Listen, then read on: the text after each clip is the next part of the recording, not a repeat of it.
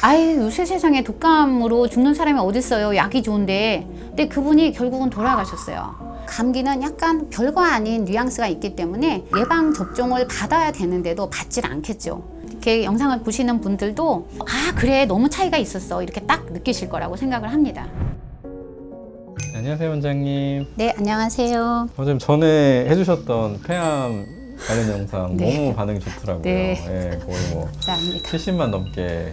와, 요즘엔 독감이 장난 아니더라고요. 네, 독감 진짜 많죠. 실제로는 독감이 뭔지 감기가 뭔지 차이가 뭔지 되게 헷갈리더라고요. 많은 분들이 독한 감기가 독감 아니냐 이렇게 물어보시긴 하는데요. 넓은 의미에서는 독한 감기가 감기라고 할 수도 있습니다만 우리가 의학적으로나 사회 경제적인 여러 가지 이유 때문에 이거를 분명하게 구분하려고 합니다. 첫 번째는 임상 경과가 다릅니다. 임상경과라는 게 좀 어떤 거죠? 증상이 먼저 다르죠. 감기는 그냥 서서히 시작이 돼요. 독감은 어느 날 갑자기 고열, 오한, 그다음에 근육통이 굉장히 심해서 온몸을 두들겨 맞은 것 같다. 그래서 옛날부터 이 인플루엔자라는 그 바이러스 이름을 붙일 때 내가 생활에 영향을 미칠 정도로 영향을 끼치다는 그 라틴어에서 온 말처럼 내 생활이 안 될 정도의 심각한 증상이 있었다는 거거든요. 그런데 우리가 감기 때문에 심각한 증상은 그렇게 크진 않은데 독감은 폐렴이라든지 심장 근육염, 그다음에 다른 뭐 간 기능 이상이라든지 이런 심각한 질환이 생길 수가 있고요. 두 번째는 치료와 예방 방법이 다르고요. 감기는 연중 사시사철 있어요. 독감 같은 경우에는 우리 보통 이제 겨울에서 초봄까지 유행하는 시기가 있죠. 인플루엔자는 스페인 독감부터 시작을 해가지고 굉장히 사회 경제적으로 영향을 미친 사건들이 많았기 때문에 그래서 그 많은 호흡기 바이러스 중에서 따로 떼어서 연구를 하게 된 거고, 그렇다 보니 원인은 인플루엔자 바이러스로 딱 지어지고 감기는 인플루엔자 바이러스, 코로나 바이러스 이외에 다른 호흡기 바이러스에 의한 상규도 감염을 지칭하는 말이 된 거죠. 당연히 원인을 다르게 구분하다 보니 치료와 예방이 달라지게 된 겁니다. 아까 말씀드린 것처럼 두 번째, 그 예방과 치료법이 있다. 감기는 예방과 치료법이 없습니다. 세 번째, 역사적인 사회 경제적인 이유가 있는데 사실 우리나라에서 독감을 처음 쓰게 된 게 1918년 무원년 독감이거든요. 그때 당시가 다 아시다시피 스페인 독감이 전 세계로 휩쓸고 갔을 때였고요. 당시의 조선 총독부의 기록에 따르면 우리나라 인구의 40%인 740만 명이 감염이 되고 그 중에서 14만 명이 사망을 했다고 합니다. 기록이 안 돼서 그렇지 그보다 훨씬 더 많은 사람이 영향을 받았을 것 같고요. 세 가지 이유, 즉 임상적 경과가 다르다. 두 번째, 치료 및 예방법이 확실한 게 있다. 그 다음에 세 번째는 역사적인 또 사회 경제적인 이유 때문에 감기와 독감은 반드시 구분되어져야 한다라고 생각을 합니다. 아까 말씀드린 대로 감기는 약간 별거 아닌 뉘앙스가 있기 때문에 예방 접종을 받아야 되는데도 받질 않겠죠. 예방 접종을 받지 않았을 때 면역이 튼튼하고 건강한 사람은 잘 이겨낼 수도 있겠지만 그렇지 않은 사람들은 합병증이 심각하게 생기겠죠. 예방접종을 그러면 어떤 사람들이 꼭 맞아야 되냐면 걸렸을 때 심각한 질병으로 이행할 수 있는 사람들이거든요. 첫 번째는 가장 많이 이제 65세 이상의 노인분들, 현저하게 면역이 저하되어 있다고 알려진 분들, 항암 치료 중이라든지, 또 두 번째는 또 간과하기 쉬운 게 어떤 거냐면 내가 걸림으로써 다른 사람한테 전염시킬 수 있는 사람들이죠. 저희같이 의료진들이라든지 요양원에 종사하시는 분들, 어린이집에서 일하시는 분들, 그다음에 세 번째는 집단 생활을 하는 사람들이에요. 연령대별로 봤을 때는 7세, 12세, 그다음에 12세, 18세 가장 높습니다. 왜냐하면 자기가 건강하다고 생각하고 그다음에 반항심이 많은 때거든요. 그래서 잘 안 맞습니다.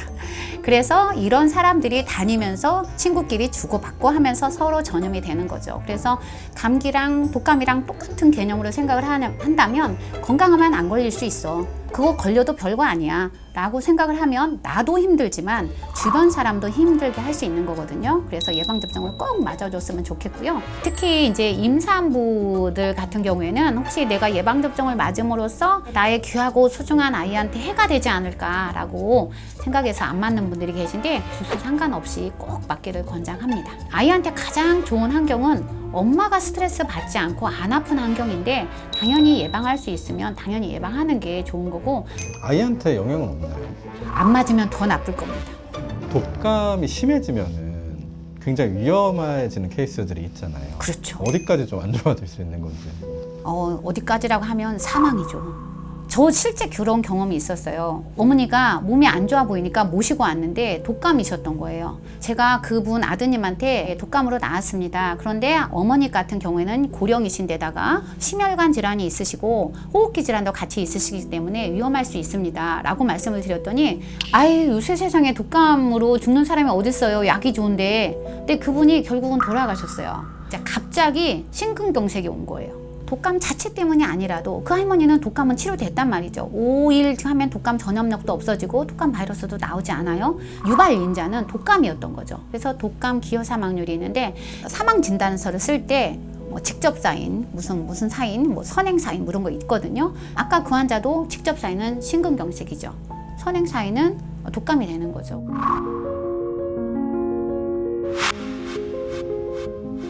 그런데 젊다고 문제가 안 생기는 건 아니에요. 제가 아까 서두에 이제 스페인 독감 얘기를 잠깐 했었는데요. 스페인 독감 때 가장 많은 사망률을 보인 거는 젊은 사람들이었습니다. 내가 건강하다고 안전하게 생각하면 안 되고요. 무리하지 말라는 게 그래서 그런 거죠. 우리 현대인이 너무 스트레스도 많이 받고 그래서 몸이 쉬어져야 되는 사인을 줬으면 좀 쉬어져야 되는 게 맞다고 보고요. 그런 것도 우리가 역사에서 배울 점이죠. 딱 이 증상이면은 완전 독감일 확률이 엄청 높아지고. 일단 첫 번째는 저는 계절적 요인이 중요한 것 같아요. 적어도 10월부터 3월까지 굉장히 심한 고열이다. 사시나무 떨리듯 떨린다. 땀이 난다든지 굉장히 심한 근육통, 심한 두통, 목이 굉장히 심하게 아프다든지 이런 증상이 있다. 그러면 반드시 오셔야 되고 핵심 증상을 꼽자면 이 계절에 고열, 두통, 근육통이 핵심 증상일 것 같아요.